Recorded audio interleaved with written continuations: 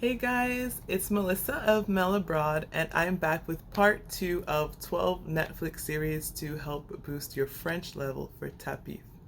So, series number 1 is The Hookup Plan.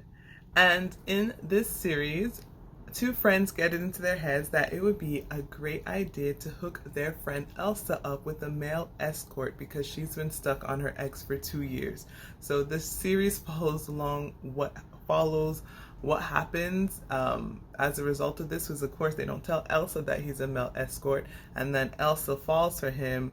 So you got to watch it to see what happens next. If you have seen it, tell me what you think about it. What I also did like about this series is they had a second season, and in that second season, they filmed it during the pandemic. So you were able to kind of see like how they were doing in Paris with the pandemic, and it was nice to um, see other people who were struggling with this pandemic and how they were doing. So I like that. It was like a little bit of a window into Paris during COVID. The Hookup Plan has 2 seasons out right now, and then it's rumored that a third season is coming out. So I'm excited to watch that. The second series that I want to talk about is also very popular, and it's called Call My Agent. It has 4 seasons, and Call My Agent follows around this agency that caters to celebrities, and it follows them around as they try to take care of their star clients' needs. You also get to see some actual French celebrities, because some of the actors that are being represented by the agency called ASK are actual real life French celebrities. So that I thought that was cool too. I got to brush up a little bit on my French culture and see who the famous actors are in France. It has 4 seasons. It has a little bit of everything in it. It is a comedy. What I like about this series is the drama that's always happening as the main agency is trying to keep their business afloat. It seems like the celebrity agency world is really cutthroat. With this series, I had to watch it with English subtitles because they do speak really fast, at least for me. But I think that's good because that's pushing me to improve my French, pushing my French to grow. So I like that. And this series is nice. Is and this series is kind of nice because you get to see how the other half live through the agents that are representing them. So I like that. And the drama, there's always drama. There's backstabbing, then things are going well, and then something will happen in their personal lives that messes everything up. It's craziness. It's craziness, but I love it. The third series that I think will definitely help boost your French level is called The Circle France. So it's a reality TV show, it's a reality competition. The show is based around social media. The contestants come and live in one apartment building. They don't get to see each other, they don't know one another, and they communicate through a social media app built for the competition, and they have to present themselves in a way that'll make them liked by the other contestants, and the person who stays till the end won like 100,000 euros. Now, what I liked about this series, because I don't really watch reality TV, but what I did like about this series is that it shows you the way everyday people speak in French now, right now, or like young people speak. So I picked up a lot of slang, so I picked up a lot of slang, a lot of French expressions that I hadn't really heard from other series. By the end of the show, well, actually not even by the end of the show, the middle of the show, I found my French improving so much. I was thinking in French, I was journaling in French. I was like, who is this girl?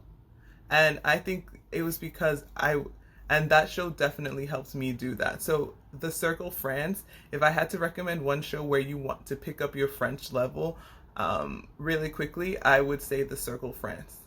The next show, the fourth one that I recommend, is one that I'm currently watching right now called Family Business, and it's about a Parisian family who decides to change their kosher butcher shop into the first French marijuana coffee shop. Bear in mind, marijuana is illegal in France, so we get to see how it goes from how the idea sprouts to all the trouble they get into while they're trying to build this coffee shop. It has 2 seasons. I am still on season 1. So if you guys have made it finish season 2, let me know. Do you like it? Should I watch season 2? Let me know. The 5th show I would recommend if you're into shows like House Hunters, right? So it's called The Parisian Agency, and it follows around a family who sell luxury homes in France and elsewhere. So it's like lifestyles of the rich and famous meets House Hunters, and also I like it for a similar reason that I like The Circle. You're hearing the French that people speak in France every day. So it's like you're actually there interacting with the people. Well, not interacting, but at least hearing the French that is spoken. So I think that is a great way to boost your French level. So far, I've been talking to you guys about series that are catered towards adults, right? But don't sleep on the kids shows. I like the kids shows because you get to hear vocabulary that you may have missed while you were studying French. For example, like, how do you say ladybug? Or how do you say slumber party? Or I don't know. Those are 2 things I came up off the top of my head. So I've been trying to get my daughter interested in learning French. That's been an uphill battle because she is supposed to be joining me during the second half of my doing the TAPIF program. So what we've been watching together, or mainly I've been watching and she's been there on her phone, it's called Toto, and it's a little donkey, preschool age donkey, and you get to see and you follow him along as he interacts with his friends, his family, and he gets into trouble like little kids do. So you learn things like, how do you say hide and seek, or I don't know. So yeah, Toto I would recommend if you're maybe at a beginner level of French, or if there are just some things you want to catch up on, brush up on. So now that was supposed to be the last movie, but I can't stop watching Netflix. So number 7 is called Miraculous, The Tales of Ladybug and Cat Noir. So this is set in Paris, and it's a little girl superhero, a school-age girl. She's a superhero, and she goes about saving Paris from the villains. There's also a boy superhero named Cat Noir, and it's funny because Cat Noir likes Ladybug when they are superheroes, and then when they are school-age children going to the same school, Ladybug likes Cat Noir. They don't know who the other one is. So I'm sitting there watching it like, do they know? When are they gonna find out that their superhero identities? I'm more into it than my daughter is, but that's okay. I recommend that show for the same reason I recommend Toto. Toto is more like a preschool level age, and then Miraculous is more, they're like middle school, let's say middle school.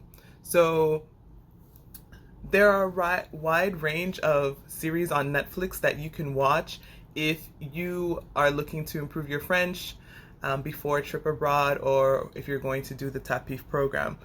I would love for you to let me know in the comments which ones you're going to check out, which ones you have checked out, and any recommendations for me. You guys did recommend some cool ones in the first video.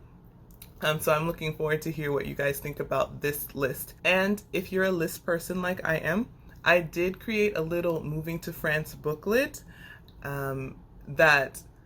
where you can list the movies that you want to watch to improve your French. The Moving to France booklet is a fillable PDF booklet, so you can print it if you want, but you don't have to print it if you don't want to, where it helps you kind of keep your scouting trips to France organized. So in it you can fill it with a list of helpful websites, a list of helpful Facebook groups. You can take notes on the cities that you visit while you're over in France.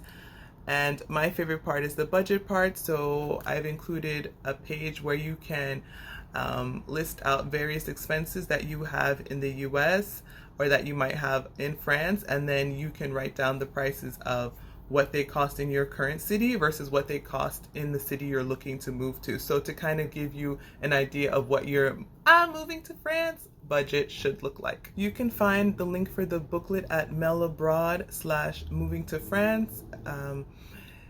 And I'm also going to put the link down below and you can click on that if you'd like to check it out. So that's it for this video. Hope you enjoyed the 7 series that I've recommended. And like I said, if you have any recommendations for me, because I do enjoy Netflix homework, please leave them below for me in the comments. And if you like the content, don't forget to like and subscribe so that you'll be the first to know when my next video comes out. Okay guys, thanks for watching and I'll see you next time. Bye!